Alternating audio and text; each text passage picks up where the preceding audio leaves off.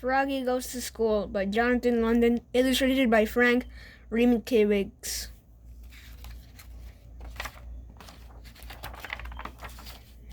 It was the first day of school. Froggy woke up and looked out the window. The sun was high in the sky. "Oh no, the bus, he cried. "I'll miss the bus." He hopped out of bed and flopped outside. Flop, flop, flop.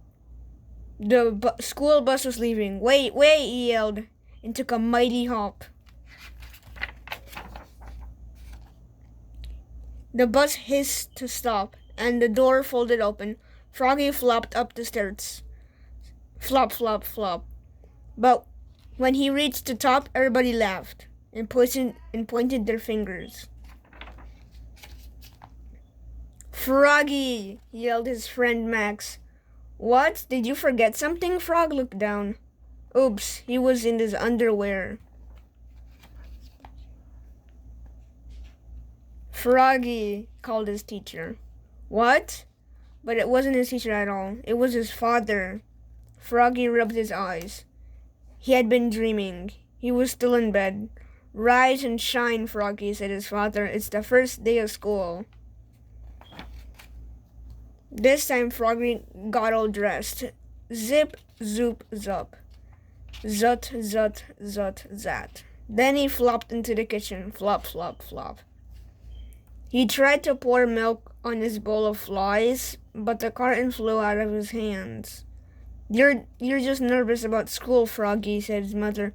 "Everybody is. The first day." "Not me," cried Froggy. And together they leapfrogged all the way to the bus stop. Flop, flop, flop. At school, Froggy found his name tag on his table. He liked his name. It was the first word he knew how to read.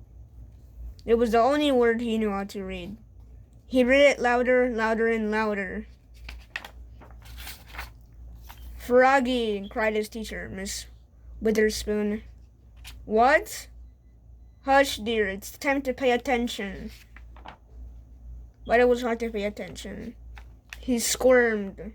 He looked out the window at the falling leaves. He felt like a leaf falling. Plop. He fell out of his chair. "Oops. Kindly stay in your seat, dear." "Kindly stay in your seat, dear," said Mrs. Witherspoon. "We'll sit on the floor at circle time." At circle time, Miss Witherspoon said, "Now, children, today I'd like to tell us what you did last summer. Who wants to go first?" Froggy shouted, "Me, me, me, me, me." And so did Max. Miss Witherspoon went clap, clap, clap, clap, clap. And everybody went clap, clap, clap, clap, clap with her. They grew very quiet. "Now, one at a time," said Miss Witherspoon. When Froggy's turn came, he jumped up and said, "Last summer I learned how to swim." And he sang "Bubble, bubble, toot, toot, chicken airplane soldier." Everybody jumped up and joined in. "Bubble, bubble, bubble, bubble, bubble, toot, toot, chicken airplane soldier." When, in walked the principal. "Mr. Mugwort, bubble, bubble." "Oops," cried Froggy, looking more red in the face than green. Mr. Mugwort glared at him. Then he joined in. "Bubble, bubble, bubble, bubble, bubble, toot, toot, chicken airplane soldier," till the bell rang for recess. When Froggy flopped off the bus after school, his father said, "Froggy, how was your first day of school?" "Great," said Froggy. "I taught the principal how to swim." That's nice," said his mother. "But where's your lunchbox and baseball cap?" "Oops, I left them at school." "Oh, Froggy, will you ever learn this?" said his mother. "That's why I'm going to school, Mom."